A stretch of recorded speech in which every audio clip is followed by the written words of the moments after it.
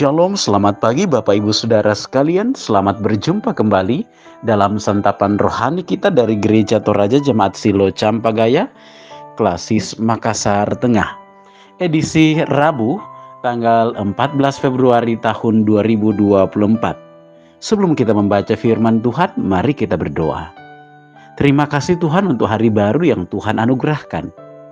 Kami akan menjalani kehidupan kami pada sepanjang hari ini dalam persekutuan dengan Engkau dengan membaca dan merenungkan firman-Mu. Terangi kami ya Roh Kudus supaya kami sungguh memahami firman-Mu, menghayatinya dan melakukannya dalam kehidupan kami. Demi Kristus kami berdoa. Amin. Bapak Ibu Saudara yang dikasihi oleh Tuhan, bacaan firman Tuhan pada pagi hari ini terdapat di dalam kitab Daniel pasal 9 ayat 1 sampai 14. Kitab Daniel pasal 9 ayat 1 sampai 14. Firman Tuhan demikian. Doa Daniel. Pada tahun pertama pemerintahan Darius anak Ahasweros dari keturunan orang Media yang telah menjadi raja atas kerajaan orang Kasdim, pada tahun pertama kerajaan itu aku Daniel memperhatikan dalam kumpulan kitab jumlah tahun yang menurut firman Tuhan kepada Nabi Yeremia akan berlaku atas timbunan puing Yerusalem, yakni 70 tahun. Lalu aku mengarahkan mukaku kepada Tuhan Allah untuk berdoa dan bermohon sambil berpuasa dan mengenakan kain kabung serta abu. Maka aku memohon kepada Tuhan Allahku dan mengaku dosaku demikian. Ah Tuhan Allah yang maha besar dan dahsyat, yang memegang perjanjian dan kasih setia terhadap mereka yang mengasihi Engkau serta berpegang pada perintah-Mu. Kami telah berbuat dosa dan salah, kami telah berlaku fasik dan telah memberontak. Kami telah menyimpang dari perintah dan peraturan-Mu, dan kami tidak taat kepada hamba-hamba-Mu para nabi yang telah berbicara atas nama-Mu kepada raja-raja kami, kepada pemimpin-pemimpin kami, kepada bapa-bapa kami, dan kepada segenap rakyat negeri. Ya Tuhan, Engkaulah yang benar, tetapi patutlah kami malu seperti pada hari ini. Kami orang-orang Yehuda, penduduk kota Yerusalem dan segenap orang Israel, mereka yang dekat dan mereka yang jauh, di segala negeri kemana Engkau telah membuang mereka, oleh karena mereka berlaku murtad terhadap Engkau. Ya Tuhan kami, raja-raja kami, pemimpin-pemimpin kami dan bapa-bapa kami patutlah malu, sebab kami telah berbuat dosa terhadap Engkau. Pada Tuhan Allah kami ada kesayangan dan keampunan, walaupun kami telah memberontak terhadap Dia dan tidak mendengarkan suara Tuhan Allah kami, yang menyuruh kami hidup menurut hukum yang telah diberikannya kepada kami dengan perantaraan para nabi, hamba-hambanya. Segenap orang Israel telah melanggar hukum-Mu dan menyimpang karena tidak mendengarkan suara-Mu. Sebab itu telah dicorahkan ke atas kami kutuk dan sumpah yang tertulis dalam kitab Taurat Musa, hamba Allah itu, sebab kami telah berbuat dosa terhadap Dia. Dan telah ditetapkannya firman-Nya yang diucapkannya terhadap kami dan terhadap orang-orang yang telah memerintah kami, yakni bahwa akan didatangkannya kepada kami malapetaka yang besar yang belum pernah terjadi di bawah semesta langit seperti Yerusalem. Seperti yang tertulis dalam kitab Taurat Musa, segala malapetaka ini telah menimpa kami dan kami ini tidak memohon belas kasihan Tuhan Allah kami dengan berbalik dari segala kesalahan kami dan memperhatikan kebenaran yang daripada-Mu. Sebab itu Tuhan bersiap dengan malapetaka itu dan mendatangkannya kepada kami, karena Tuhan Allah kami adalah adil dalam segala perbuatan yang dilakukannya, tetapi kami tidak mendengarkan suaranya. Amin. Bapak Ibu Saudara yang dikasihi oleh Tuhan, tema renungan kita pada pagi hari ini, ingatlah siapa dirimu. Ingatlah siapa dirimu. Saudara, bacaan kita diawali dengan gambaran keadaan kehidupan Daniel dan Israel di negeri pembuangan. Bacaan ini syarat dengan pengakuan dosa Daniel. Ia mengakui berbagai dosa nenek moyang Israel pada pembuangan ke negeri Babel.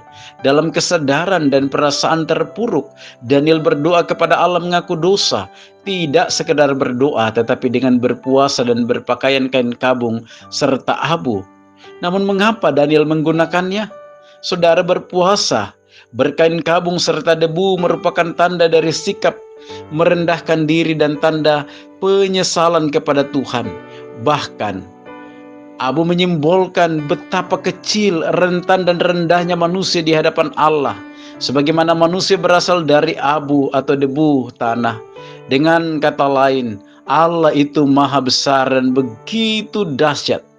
Dia adalah pemegang kendali kehidupan manusia, dan di hadapannya manusia bukan apa-apa. Pesan itulah yang terkandung di balik simbol yang dipakai Daniel di dalam doanya. Saudara, jika demikian, mengapa Daniel melakukan semuanya itu? Tuhan itu penuh kasih dan pengampun. Doa dan semua tindakan simbolik yang dilakukan oleh Daniel berdasar pada iman dan pengharapan pada kasih dan pengampunan Tuhan. Tuhan itu adil pada putusannya, tetapi sekalipun penuh pengampunan pada mereka yang mau merendahkan diri dan berbalik kepadanya. Hari ini kita merayakan Rabu Abu. Hari ini kita merayakannya sebagaimana pengkhotbah menuliskan bahwa sesungguhnya di bumi tidak ada orang yang saleh, yang berbuat baik dan tak pernah berbuat dosa. Kerentanan hidup mengingatkan kita bahwa kita ini hanyalah debu di hadapan Tuhan. Pada waktunya kita akan kembali menjadi debu. Sebab itu ingatlah siapa dirimu. Berbaliklah pada Tuhan dan menikmati kasih dan pengampunannya. Bukanlah suatu kemustahilan. Sebab semuanya dapat dinikmati saat menjalani kehidupan di dalam kerendahan hati di hadapan Tuhan dan hidup dalam pertobatan. Amin. Saudara, mari kita berdoa. Terima kasih Tuhan, firman-Mu kami dengar. Saat ini kami menghayati firman-Mu dalam perayaan Rabu Abu ini. Bahwa sungguh kami rentan di hadapan-Mu. Kami penuh dengan keterbatasan. Kami penuh dengan dosa. Tetapi pengampunan di dalam Kristus telah menebus kami dan menjadi orang-orang benar di hadapan-Mu. Kuatkan dan teguhkan iman kami Tuhan, untuk terus mengakui keberadaan hidup kami di hadapan-Mu dan terus mempercayakan hidup di hadapan-Mu, hidup dalam pertobatan yang sungguh di hadapan-Mu. Berkati kami sepanjang hari ini, berkati kami dalam menjalani kehidupan kami, secara khusus sebagai bagian dari masyarakat, bagian dari rakyat Indonesia yang akan menyatakan peran kami dalam pesta demokrasi melalui pemilu. Berkati kami dan tolong bangsa dan negara kami ini, sehingga kami boleh menjalani hari ini dengan penuh kedamaian, penuh ketenteraman, ketenangan.